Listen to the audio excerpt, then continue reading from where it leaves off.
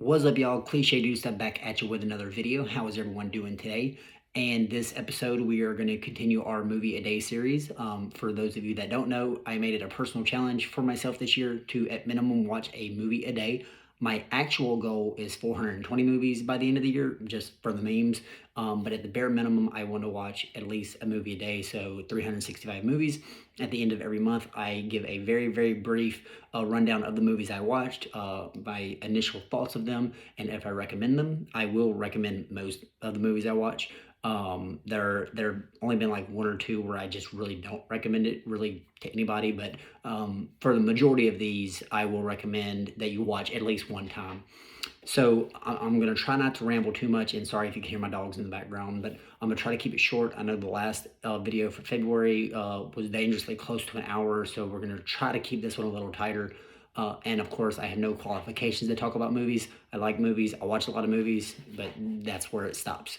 So yeah, anyway, the first movie I watched of March 2023 was The Secret Life of Walter Mitty, starring Ben Stiller.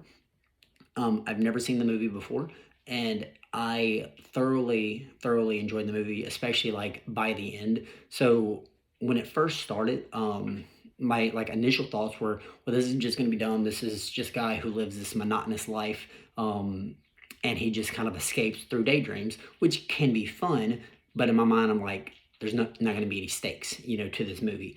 But I was quickly corrected in my way of thinking, and he has to go on this real life journey. He has to get out of his bubble and actually experience life.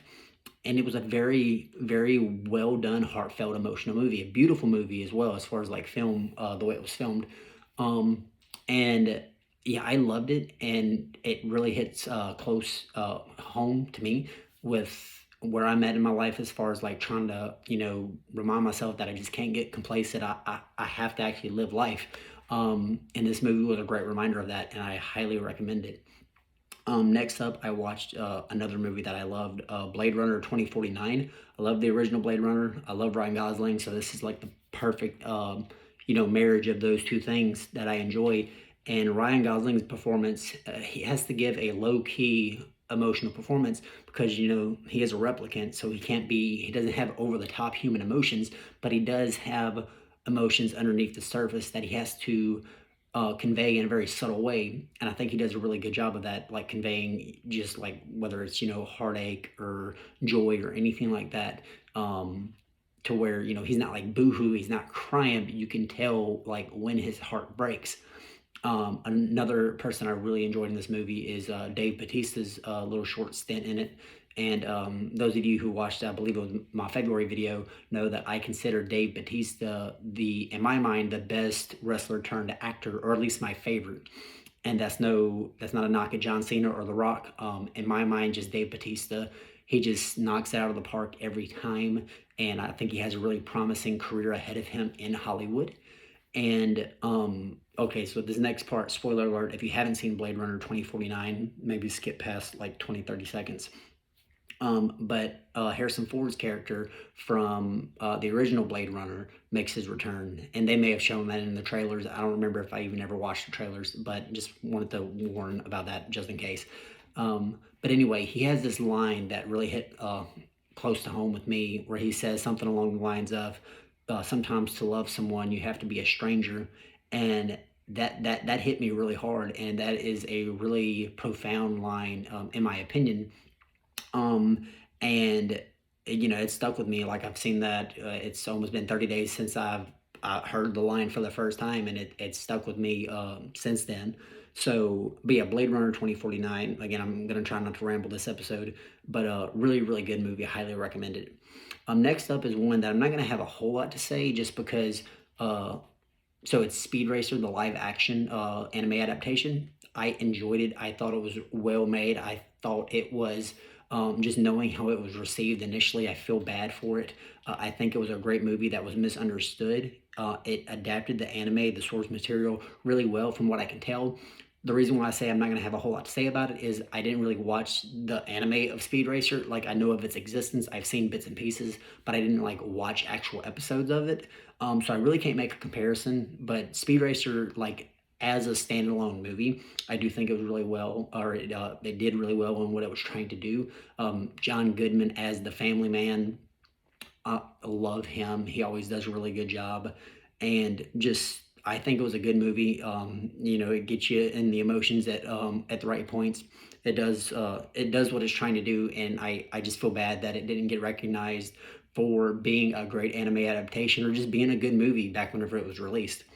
So one thing I'm making an effort of this year is to watch, not only watch critically acclaimed movies. That, as y'all know, like I'm watching some kind of like underground movies and stuff as well. But I do want to make an effort to watch some certified classics, And so this month in particular, I'm a big Stanley Kubrick fan. So I try to go through his filmography, or at least um, like what I consider his top movies in my mind. And I think the majority of people agree.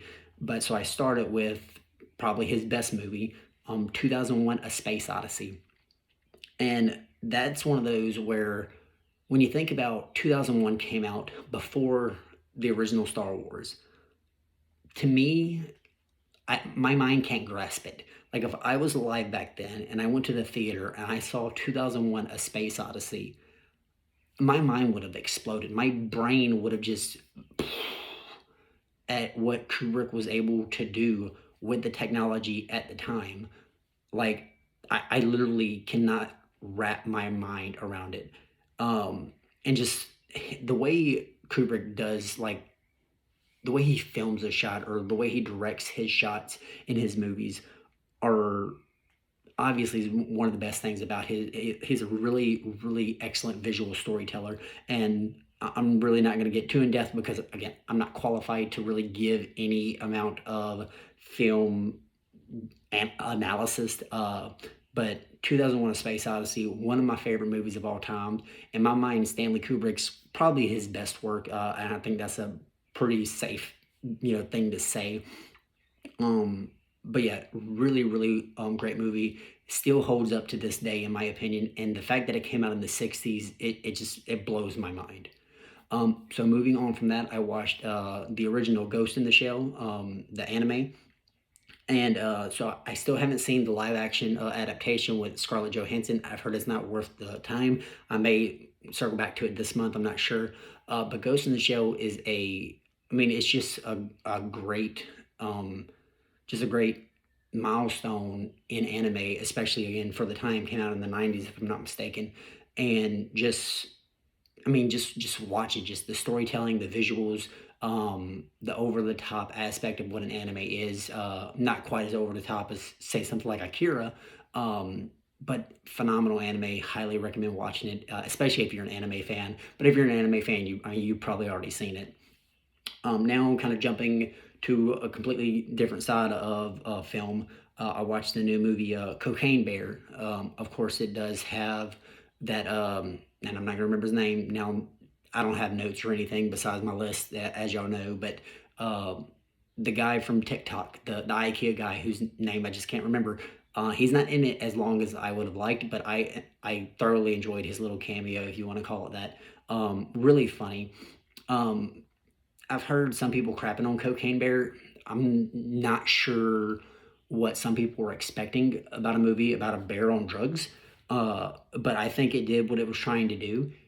And of course, like when you have movies like this where it focuses on something like a drugged up bear, you're gonna have to have human characters. You're gonna just to have some type of story that's more compelling than about 15 minutes of a drugged out bear rampaging. I will say that there's probably too many human characters, and some of them do come off more as annoying than helpful to the plot, especially towards the end. There's this kind of like little speech about like fatherhood or whatever that kind of falls flat and kind of does hurt the film. But I mean, again, it's a movie about a bear on drugs. So I think if you go into it with that concept in mind, I think you'll enjoy it. Of course, it is inspired by true events. Of course, in the original story, or the original, when it actually happened, a bear did drugs and just died. It didn't go on a rampage from what I know. But regardless of that, Cocaine Bear, I had a fun time with it. Next up, Marcel the Shell with Shoes On. I saw it in, I saw the trailer some time ago, uh, and I I thought it was cute, but also thought I was almost ready for it to be a joke that it was being put out by A24. It didn't seem like, at the time, in my mind, it didn't seem like something that they would really be involved in. But regardless, watched Marcel the Shell with Shoes On, and such a good movie, such a cute, wholesome movie that you necessarily wouldn't expect from A24. And from what I understand, Marcel is based on a YouTube miniseries, uh, but it's just a wholesome movie. The character of Marcel is like optimistic, but does kind of let negative things impact him a little bit. So he's not like just it's not like toxic positivity. Like, he is a positive shell, but he does, life does affect him. So it's a relatable story. Loved it. I highly do recommend watching it. If you see the poster, it may kind of like turn some people off, but just watch it. It's a good family movie. I think anybody out there would enjoy it. Going back to Kubrick, I watched Paths to Glory for the first time, actually, starring Kirk Douglas, and it was it's basically like half war movie, half courtroom drama, or maybe like 40% courtroom drama. But it's a really good movie, really good anti-war movie by Stanley Kubrick.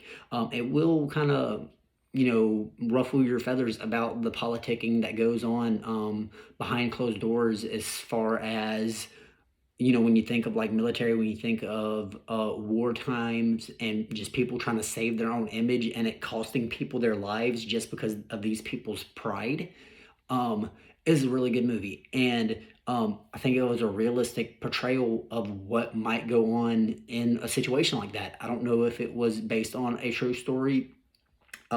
Again, I hadn't seen it before. I didn't do like a whole lot of research before watching it or after, but I enjoyed the movie. I was able to get like wrapped up in the world and in the story. I think the performances were great. And again, I mean, you'll get mad at people, but like I think it does what it was trying to do. It evokes the right emotions, and I do think it is a really good Stanley Kubrick film. And staying with Stanley Kubrick, and another Stanley Kubrick war movie is one of them that I had seen before, but it has been many, many years. Full Metal Jacket. The main part about Full Metal Jacket that I had remembered before rewatching it this month was just like the opening, like half of the movie, maybe a little less than half, of basically like the boot camp, the recruitment, where you have like the sergeant doing all his funny one-liners, and just that whole spiel. You get all your laughs and everything, but then it takes a hard cut, gets very serious, and then they go to Vietnam, and then one part I don't remember. Again, it's been years since I've seen the movie, where they're doing the war thing, right? And then the Bird Is the Word starts playing. It looks like, or it comes off like just a YouTube like mashup.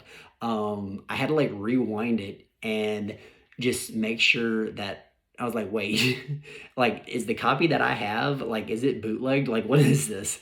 So I got a good laugh out of that. But Full Metal Jacket, I think that's one of those movies that are enjoyed by a lot of people. It's kind of misunderstood by a lot of people as being kind of like an anti-war movie. I know a lot of people who are pro-war that love it.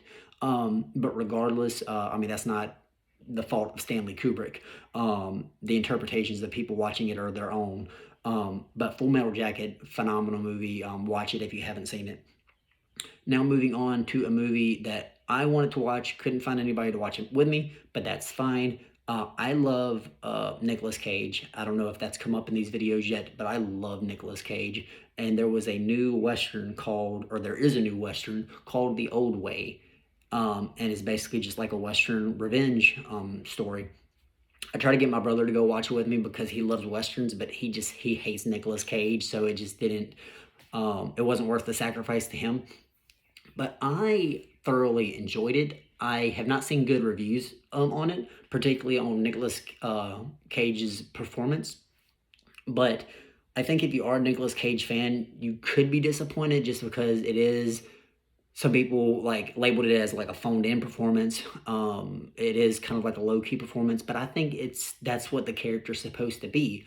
Like he didn't go too over the top with it because that wouldn't have made sense for the character. And there is an actor that plays his daughter who I cannot think of her name to save my life, but she picks up the energy of the movie. So like if you don't think Nicolas Cage is bringing enough energy, she's definitely bringing enough energy, especially later on in the movie. But I think it was a very enjoyable time. Um, and I think as long as you go into it with an open mind, I think you'll enjoy it. Now, of course, I may be being more biased as a Nicolas Cage fan. I don't know, of course, that is the only reason I even watched the movie, but I enjoyed it. I think most people will if they give it a chance. Um, Now, I watched, so of course, there's a new Scream movie, Scream 6. So I watched all the Scream movies, just boom, boom, boom, boom, boom. I took a break between Scream 5 and then until Scream 6 was released, but I'll just go ahead and talk about all of them real quick. Of course, the Scream series, just a major franchise in the horror genre or just in movies in general. Um, it's still going strong. I mean, just looking at Scream 6, I don't think it's going to stop anytime soon. I mean, there's at least going to be one more movie, in my opinion. We'll see what happens. So yeah, so you had of course, the original Scream movies. Basically, Scream, the original trilogy. Those were kind of boom, boom, boom. Pretty tight knit trilogy. Really good, really good um, commentary on the genre at the time. Then you had Scream 4 come out. It was kind of a little a deviation of the formula, but it still had most of the original characters that you expect. Really good movies. Then it took a break for a little bit, and then we got Scream 5, which is just called Scream, which I hate when they do that. I'm gonna call it Scream 5. It's Scream 5. It is what it is. Um, I had a hard time whenever it came out last year. I didn't like it. I did rewatch it again this month, and I like it more this time. I didn't like it last time I watched it last year. The For those of you that don't know, the new characters are kind of or the legacy characters as they're called are kind of put to the background. They're not really the targets anymore. They do show up in the movie. Most of them do. Um, but I couldn't really get around the uh, the new characters, especially the two sisters. Um, I just didn't think they were likable. They were very mean at times, very antagonistic for no reason at times. Really, the whole new group. But I will say, especially after rewatching it this month, by the end of it, I do end up rooting for them. And pretty much the same thing happened for Scream 6.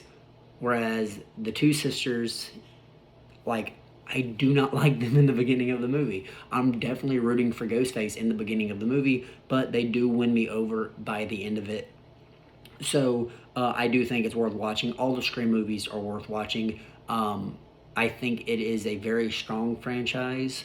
It doesn't have as many low points as you would think, being a horror movie with that many, movies in the series.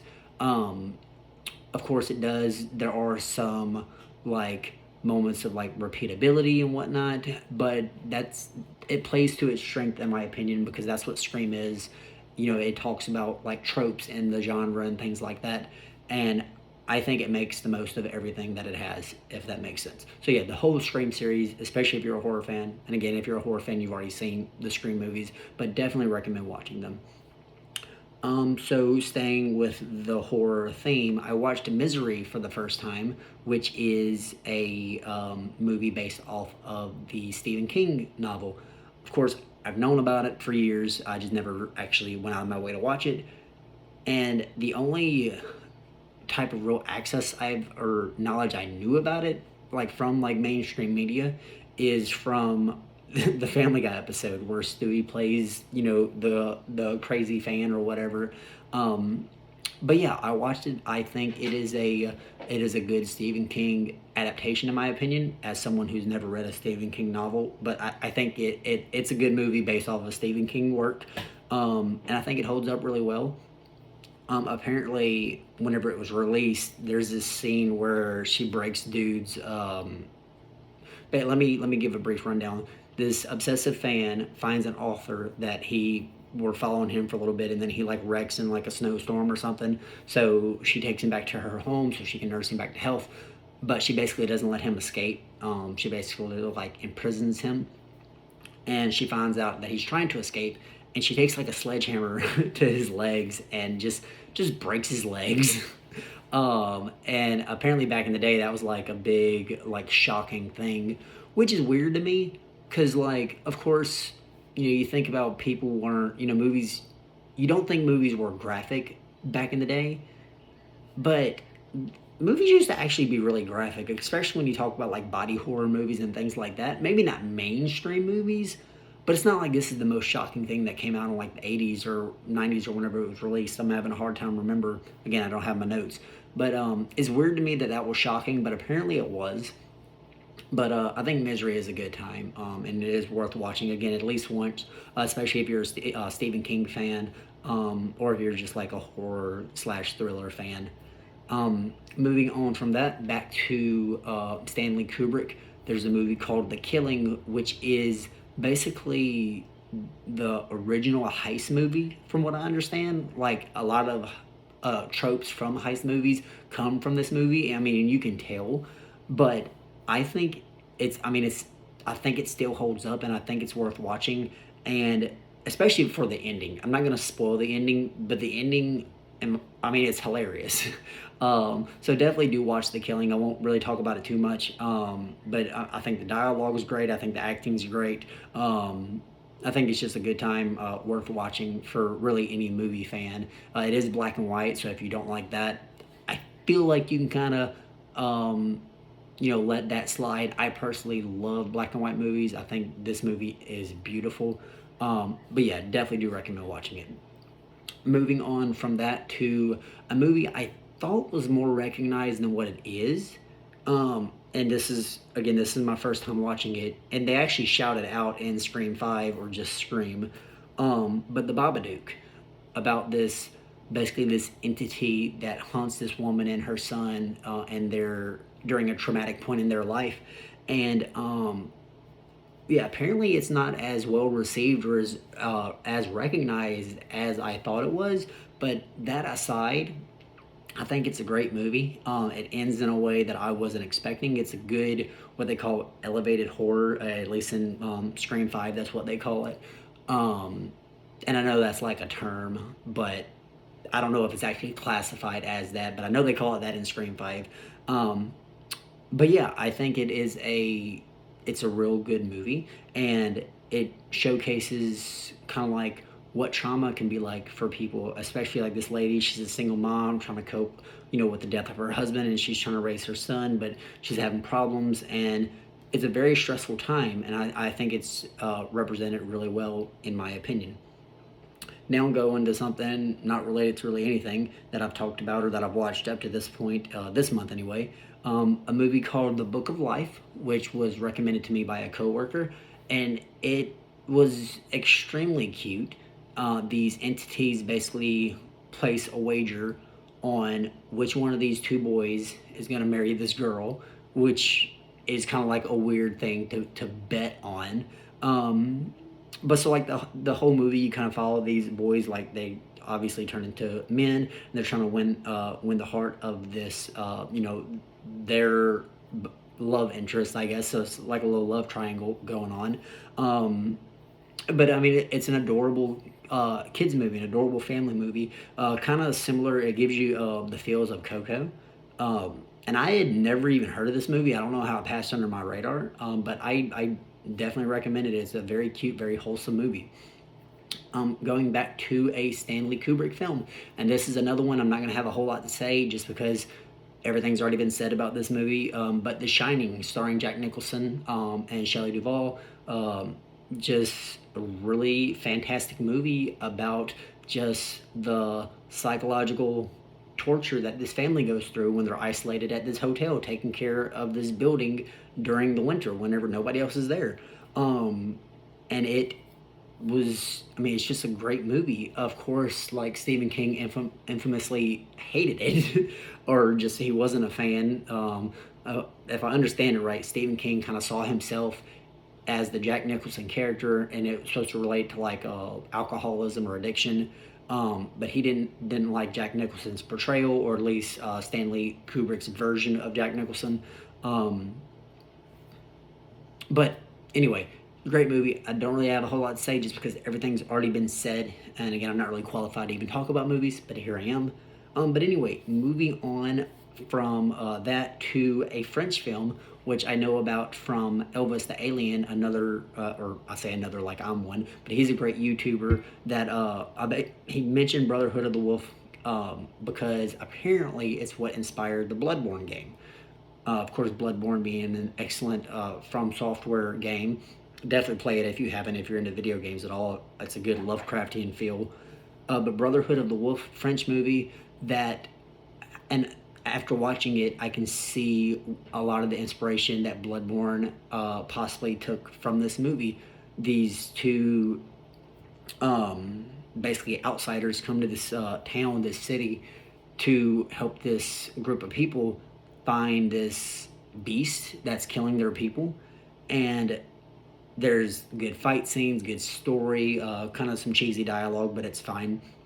And then, kind of like later in the movie, there's someone else that's brought in, like another general from outside, who fakes the capture of the beast, and they don't even care. Like, they're like, I think the thought behind it is, we don't need to capture the beast. We just need to make the people think we capture the beast because the fear of the beast is worse than the beast itself, or something like that. But it's a really good movie. I don't know if it's one of the best quote unquote foreign films as an American, but it's definitely one of my favorite. It definitely cracks the top 10 of my favorite foreign films.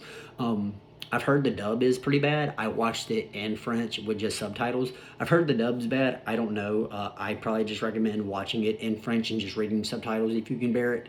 But I think it is an enjoyable watch.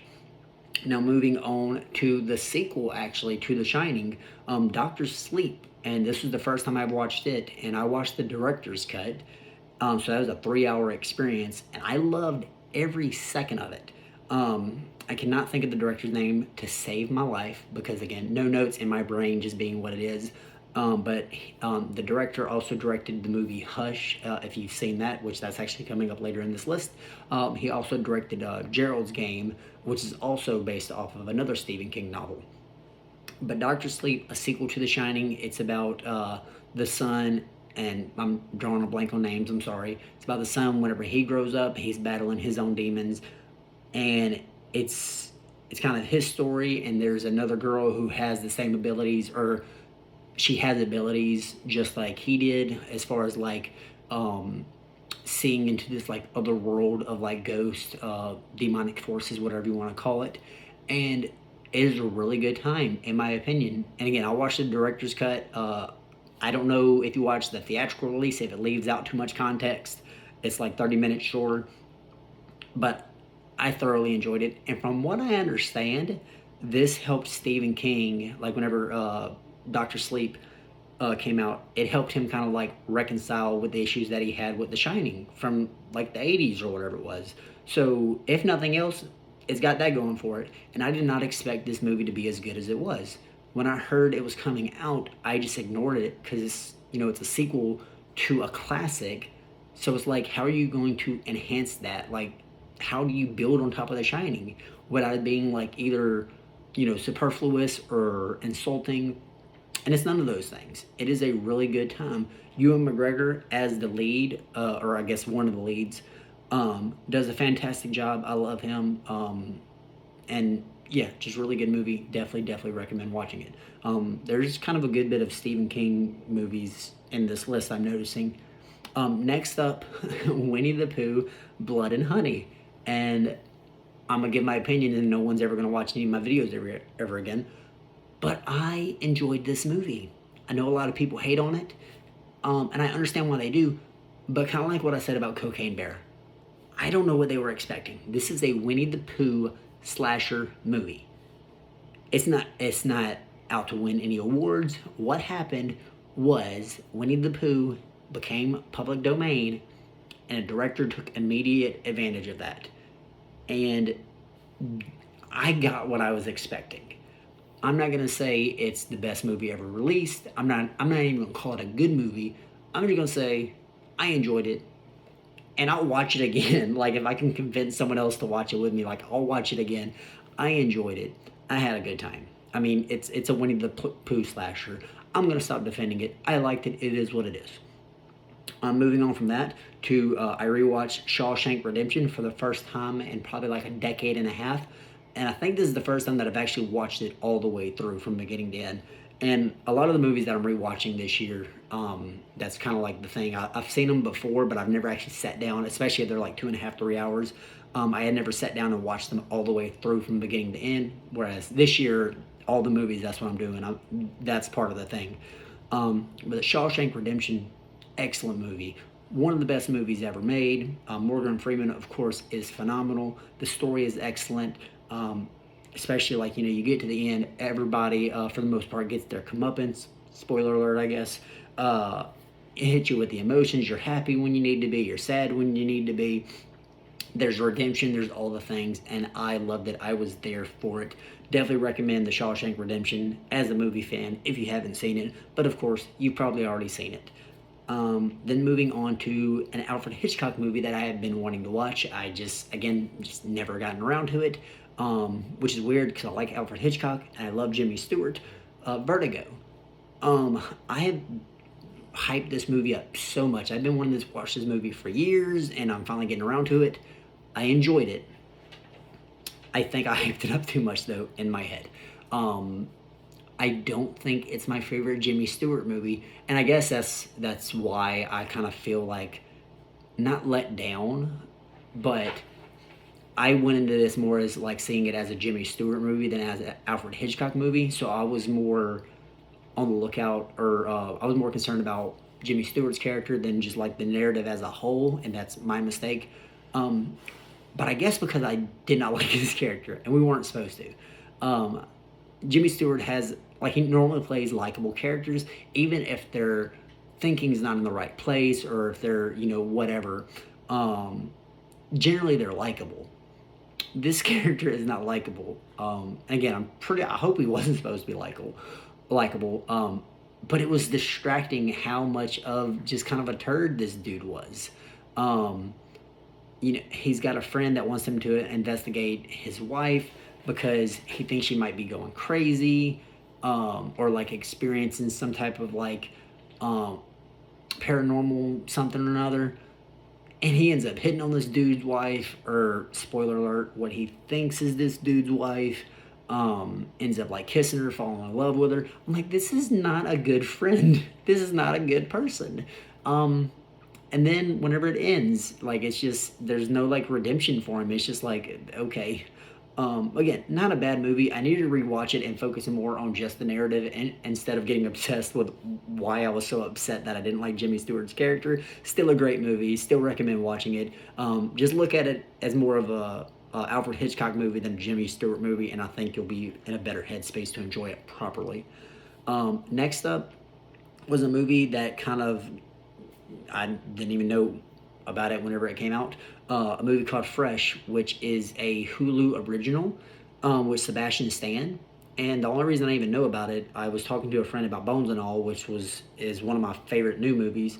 And whenever I was explaining the plot, she was like, "Oh, so it's like Fresh, but it's more consensual, or like a consensual version of Fresh." And I was like, "Oh, I don't know what that is." And so she told me about it. I watched it. I loved it. Fresh, starring Sebastian Stan. It's a cannibal movie starring the Winter Soldier, and I was all there for it. I thoroughly enjoyed it. And again, sorry, my dogs are getting comfortable if you can hear them scratching in the background. And one of my favorite parts, there's this kind of goofy, cute little transition where somebody gets knocked in the head. The theme song from the Golden Girls, "Thank You for Being a Friend," is playing. And whenever she gets hit, the camera turns, and then it goes to another scene at a bar. Super cheesy, but super cute. I love this movie.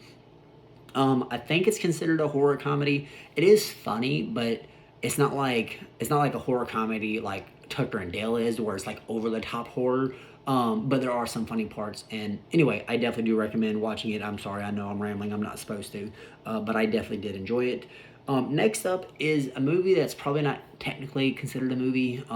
I watched this on a day where we had our annual meeting at work, so I got home at like 10 o'clock at night, and I was like, okay, I need to watch a movie that's like super short. And a friend recommended, the same friend that recommended Fresh actually, recommended Dr. Horrible's sing along blog starring Neil Patrick Harris, who I'm actually named after. But it was an enjoyable time. Of course, it's a little musical, a little sing along. Um, and it's basically like these little YouTube shorts, and you can find them all like compressed into one movie on YouTube just by searching the name, Dr. Horrible's sing along blog. But it's good. It's really fun. It does not end in the way that you would expect, or at least I expected, and it gets surprisingly emotional. So if you just want a little short movie to watch just to kill 45 minutes or so, I'd recommend watching it. It was made during like pandemic times, so like people didn't have a whole lot of work going on, from what I understand, as far as like when it was made. Anyway, so I do recommend watching it. Moving on from a low budget movie to an over the top action movie. I saw John Wick 4 in theaters with my brother, and I thought it was going to be a weird experience, not because of the movie, but because of the theater we went to. Me and my brother, and this was on opening weekend, me and my brother were the only people like in the whole building, not just in our theater. I'm pretty sure we were the only ones there, like, at all. And it was one of those theaters where the chairs were flat. It wasn't like the little elevated thing that you'd be used to. And at first, the volume didn't work on the movie, and it was a very awkward experience at first, but it turned into a very great one because John Wick 4 is freaking awesome. John Wick, in my opinion, this may be a hot take, I don't know, is the best action series of all time. I'm not going to say any one of the movies is the best action movie, but I think as a whole, with maintaining the quality from movie to movie and how it kind of continuously one-ups itself with the over-the-top action, I think John Wick, and I think it's fair to say, is the best action series of all time. Fight me on it. I don't care. Love Keanu Reeves. Love the whole thing. I think they should end it there. I know they're going to have spinoffs, but I think this was a good quadrilogy, or however it's pronounced. 4 movies in the actual series, and it could have its own little spinoffs or whatever. But this is a perfect 4-movie series. Best 4-movie action series of all time, in my opinion. Now circling back to a movie I mentioned earlier, Hush, which was made by Matt Flanagan. I think that's his name. I think it just came to me. I may be pronouncing it wrong. I'm pretty sure that's it. Anyway, Hush is about a deaf woman who, she's an author, and if I understand, or if I remember correctly, again, I've watched a lot of movies, so some of the details get lost between movie to movie. But she's an author that is taking a little retreat to a cabin. It may be her main home, but I feel like she was making a retreat, or like a little vacation type deal. But anyway, that's not important. And she has, it's like a home invasion movie starring this guy in this very creepy mask. My only complaint is I wish he would have kept the mask on longer. That is a very, very spooky mask, and he takes it off way too soon, in my opinion. But again, that's not important. But yeah, Hush is a really good thriller, really good home invasion movie. And the people that worked with the director, his little makeup artist people, I can't remember what their actual titles are, but I want to say they're the same people that helped him in Gerald's Game, Dr. Sleep, and Hush. They have this thing where they mangle people's hands. In all 3 of these movies, somebody's hands get like just totally destroyed.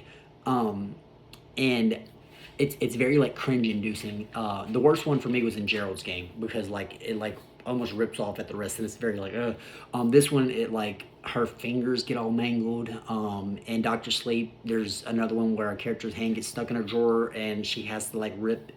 It's all cringy, but like in a good way. Like it makes you like wince, I guess is a better term for it. But yeah, Hush, very, very fun thriller. Next, moving on to a Quentin Tarantino movie, which I think this is the first one of the year for me. But Pulp Fiction, and this is another one of those, if I try to explain it, I'm just going to sound stupid because it's already so well known, it's already so well documented. It is a a cornerstone of good modern filmmaking. Pulp Fiction starring Samuel L. Jackson and John Travolta. I almost lost it there for a second. And Uma Thurman and just all kinds of people. Just a very lovely cast. Told in a non-linear way. Awesome. I have a thing about good quippy dialogue, as you may notice. I don't know if it comes across whenever I'm talking about these movies. I love good quippy dialogue. I could watch people sit in a room and just talk, and if it's good dialogue, I will be satisfied. It doesn't need to be like over the top action. It doesn't need to be over the top horror. It doesn't need to have to be some convoluted story. Um, if there's good dialogue, I'm invested. And Pulp Fiction, it does have a good story. It does have, action in certain places and things like that. But the dialogue is what makes it for me. And there's a joke that Uma Thurman's character tells about three tomatoes that I tell at work probably too much. And yeah, Pulp Fiction, great movie. Watch it if you haven't already. I know you've probably watched it. Next up, this was actually my 100th movie of the year, so I wanted to make it a good one. And it's one I've never seen, but I've heard everything about. I've just been waiting for the right moment to watch it.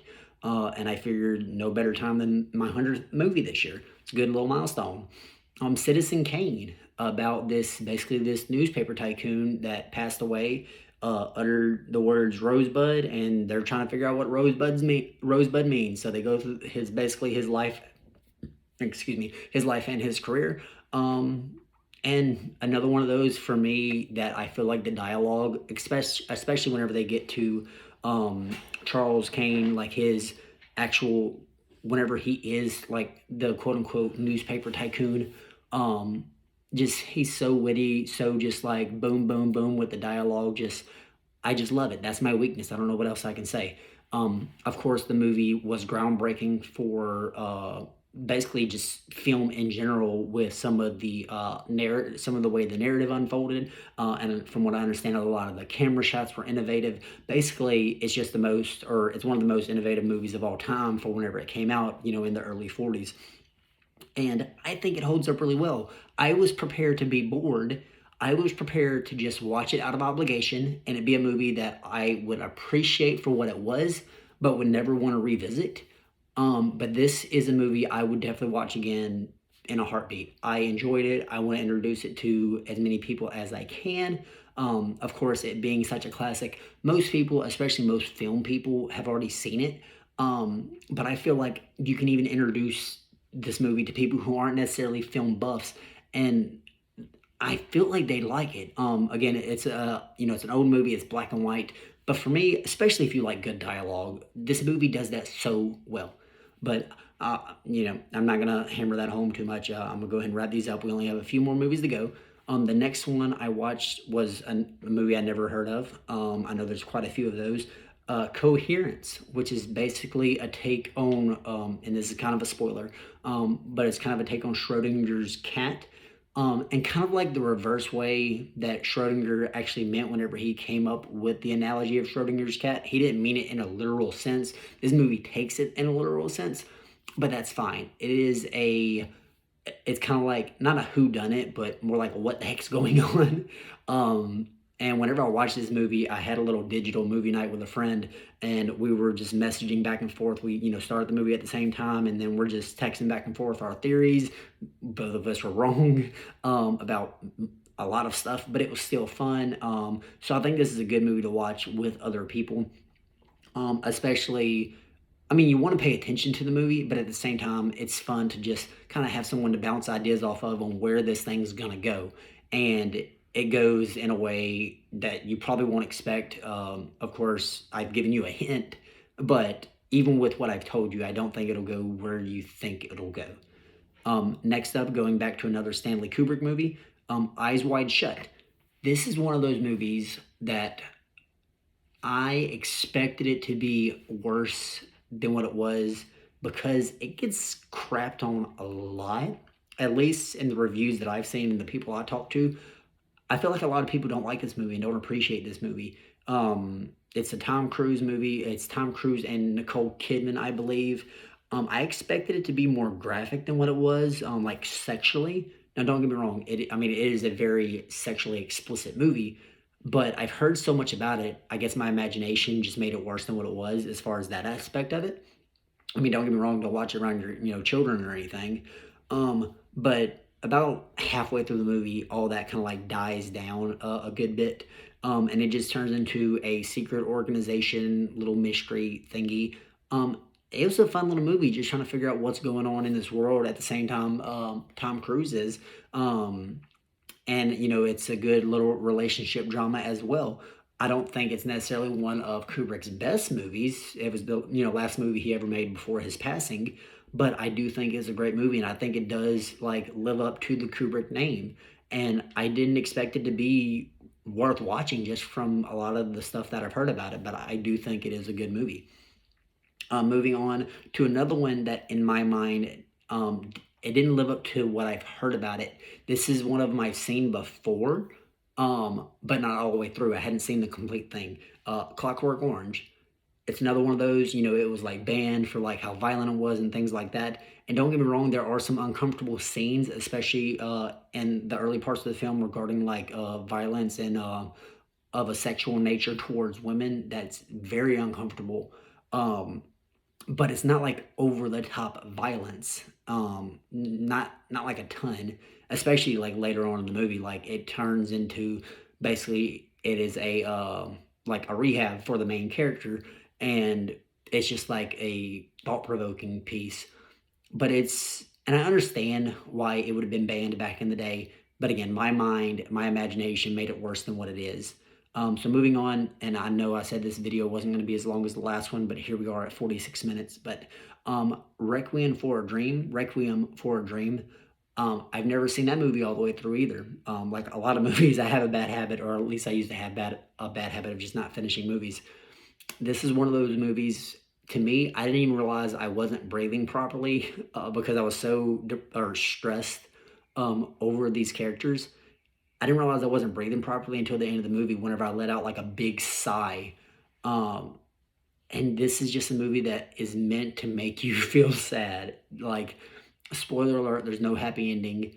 Um, it's just sad, and it's a good look into the world of the people that go through, drug addiction and things of this nature. It is a very sad movie, very like visually appealing. Like it's a good movie, but it's sad. I like sad movies, especially when they're done well, and I think this is one of those sad movies that is done really, really well. I don't think it's manipulative, but it does put you in the shoes of the characters, and you really feel for them. And last movie of this month, my 105th movie of the year, movie I'd never seen, but I've heard a lot about, and it was recommended again by a coworker, a movie called Fall, which I am terrified of heights. And if you've seen this movie, as someone who's terrified of heights, you will understand how my anxiety was through the roof the entire movie, and I loved every second of it. My legs were crossed, my toes were curled. It's basically just a movie about these girls that climb this radio tower, but then stuff happens and they get stuck at the top, and then some drama unfolds as far as the relationships between the characters. I think is really well done. I don't think the acting was bad. It wasn't like, mind blowing or anything. And I have heard people call this just another survival movie. But for me, I really enjoyed it. I'm glad it was recommended to me, and I can't wait to show it to someone who hasn't seen it before, whether they're terrified of heights or not. I feel like if you're scared of heights, it adds a little bit more. Like me, I'm scared of heights, but I love like doing roller coasters. I love being in tall buildings just because it makes me feel something. I love whenever movies can make me feel something. And if that's not a positive feeling, if I feel something, that's still fine. So whether it's me being sad over a movie like Requiem for a Dream, or me being tense and anxious over a movie like Fall, I still love it because I feel like the movie did what it was supposed to do, and I was able to be like, I was able to receive what the movie wanted me to receive as far as on an emotional level. Okay, so, and here we are at 50 minutes. I am so sorry. But those were the movies that I watched in March. I do recommend, this is the first time this month, or this year, the first month where I recommend every movie that I watched. I think you can find good in all these movies, and I think this is the best month for me so far out of all of them. as far as like the average quality of the movies, um, I think this year or this month is the best one for me. Okay, I'm wrapping it up here. As always, if you have any requests, recommendations, suggestions, or questions, feel free to leave them in the comments below. I hope everyone has a fantastic day, and I will see y'all later.